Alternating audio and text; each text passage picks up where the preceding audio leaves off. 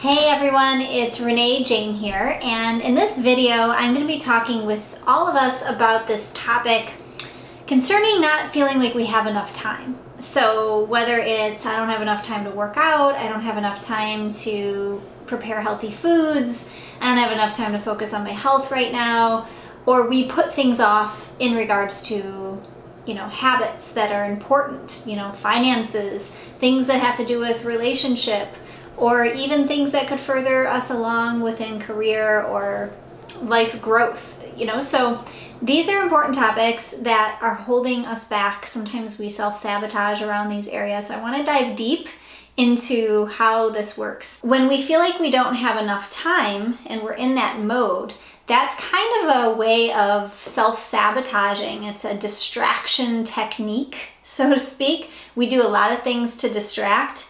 And, sometimes those are addictions, sometimes it's overeating, sometimes it's, binge eating, sometimes it's looking outside ourselves to be validated by other people, sometimes it's getting lost in, reading other things like on social media. Not to say that we don't gain value from reading, of course we do, but I think you all know what I mean. Like we just get lost and lost and lost. And we focus so much on issues and we worry and we live in the future or we live in the past and we don't spend time right here, right now, just being intimate and accepting of who we are and where we are right now. So why don't I just begin with one of the biggest stories that I feel like I've told myself since I was a little girl. And the story was, I don't have enough time. And I want to be clear with everyone as I share this, that I don't know that I consciously said that to myself and was aware that it was holding me back or it was a form of self-sabotage or any of that stuff. And I work with so many clients. I'm a holistic nutrition practitioner and a life coach. And so many people share the same thing where we don't believe we have enough time. Certain ways that it shows up in our life is that we're running late often, or that we just feel like we're always behind. Life feels somewhat like an emergency. And other ways that it shows up is that we will not necessarily follow through on some of the things that we said that we were going to do. So we aren't our word. We have things piled up around the house that kind of get out of control, and then they become those painful reminders that like, oh, I haven't gotten to that yet. And then we say, I don't have enough time. We're the people who, in this mode, want there to be more hours in the day. And we feel almost like a victim to our schedule. And we say, well, I don't know how all those other people get all this stuff done. Like they must have some special ability, but I'm so busy. I just don't have the ability to get it all done. I've done a lot of things to try to overcome what I call this limiting belief. A limiting belief is a belief, a set of words that we have kind of ingrained in our subconscious mind. The subconscious mind is the part of our brain that is operating most of how we show up. And I've done a lot of things. I've been in the personal growth industry for 20 some years now. And this particular piece and some others were really a challenge for me to shift and change. And what I want to do today is I want to share with you, it's been many years now where I've started to actually grow tremendously. I used to be someone who was late all the time. I'm on time now. Not that there aren't a couple moments here or there, but for the most part, I'm an on-time person. And I can look directly in this camera at all of you and say that I believe I have plenty of time. And that time is linear only when we are living in the past or we are worried or concerned for the future. And so this is really a call for us to live more presently and live in the now. And I know that sounds cliche in a sense, like we, live in the now. I have a tattoo on my wrist that says now that Rob Scott inspired me to get. And one of the things that I heard about less than a year ago, somebody said these words, and I wrote it down, and it really hit me, but I didn't understand fully the depth of how much it would impact my life until this moment. And the words were that time isn't, when we don't feel like we have enough time, that time becomes an intimacy issue. So I want to dive a little bit more deeply into this, because I can tell you have enough time. I can tell you that you have the same amount of hours in a day as Oprah Winfrey, right? I can tell you that it is something that I've been able to overcome, but I want to actually show you today in this video, as briefly as I can, how you can start to do that important work. Because it's not just that we say we don't have enough time, it's actually how we show up in our life and the things that we miss out on because of this limiting belief, because of this thought process. We miss out on health opportunities to heal ourselves. Sometimes people who are struggling with their weight, or they're struggling with illness and disease, they're struggling with pain or hormone issues or whatever it is, part of those things that we struggle with in our physical body have a lot to do with how we are thinking about it mentally.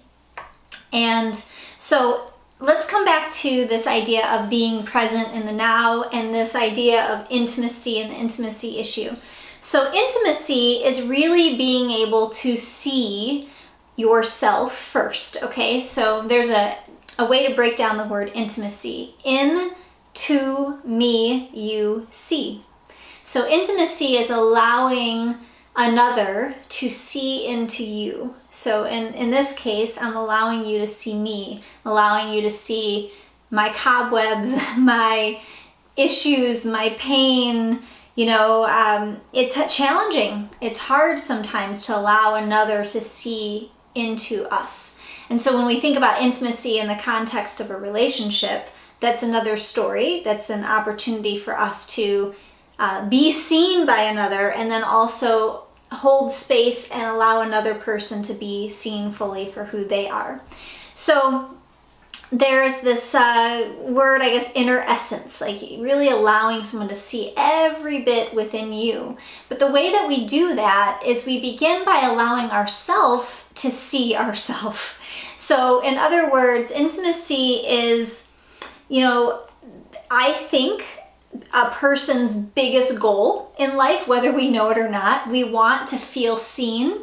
We want to feel connected to other human beings. We want to feel connected to ourselves. And I also think that conversely, intimacy is also our biggest fear. And so it's scary to be fully seen by another person. It's scary to fully be seen by ourselves, because if we really looked, we might have to face some things that are really tough to face. Not impossible to face, but tough to face. And so intimacy holds this kind of paradox of being the thing we want the most and the thing we fear the most. And that's why it's a very important topic for us to talk about. That's why it's related to time, because in the present moment, where time exists right now, in this present moment, we can look deeply, we can have intimacy with ourselves. And so when we're running from the present moment, what happens is we're avoiding looking at reality. We're avoiding looking at ourselves. So I'll give you a quick example. When I said intimacy, maybe a fear. So I'm trying to really dive deep here with you all.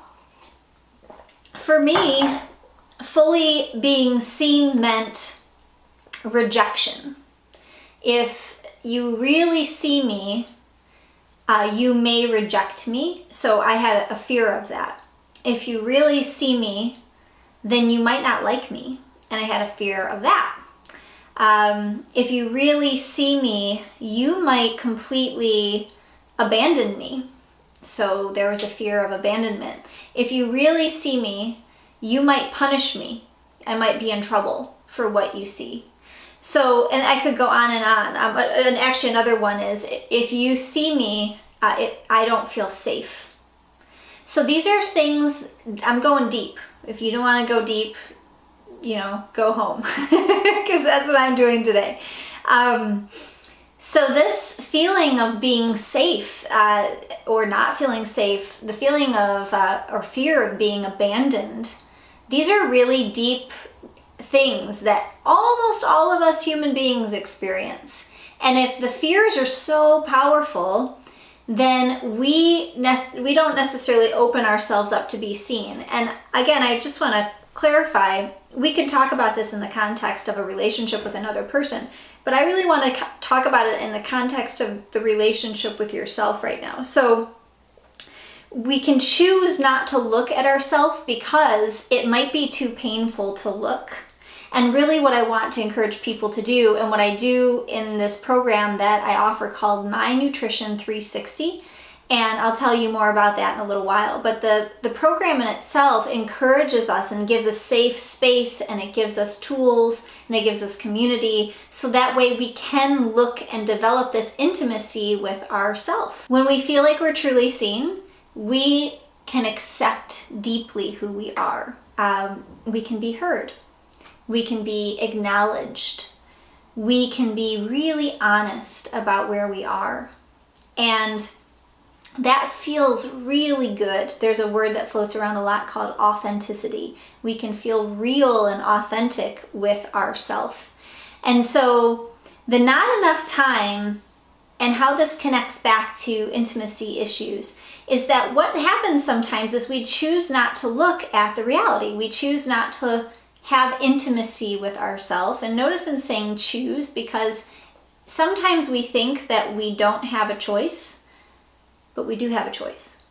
And part of the reason I coach people, and part of the reason I'm doing this work in My Nutrition 360, is to help people see not only do they have a choice, but to show them that they have the inner strength and resolve to do this kind of work, to build an intimate relationship with the self.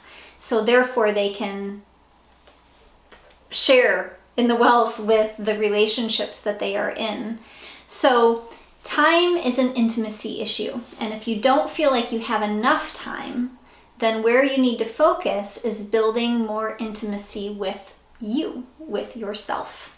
And so My Nutrition 360 is a course where we work together with accountability and structure.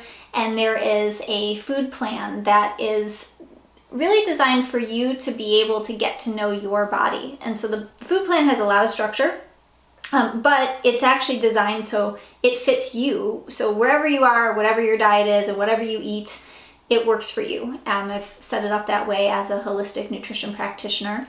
We have a element to the program that helps you get results to really focus your mind. And then there is another part of the program where we start to really look at the mental and the emotional habits within us. And we do this work. We do the work of growing our intimacy, growing our relationship to ourselves.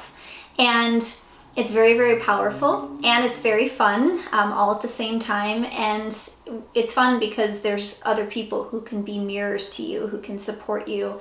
And I don't believe we do any of this work alone. We need community more than ever before. And it's a beautiful gift to be able to share this with all of you today. And please visit reneejane.com for more videos and more inspiration. And please leave a comment below this video. If you like this video, press the like button so we can continue the conversation. Have a good time living in the now. I'll talk to you next time.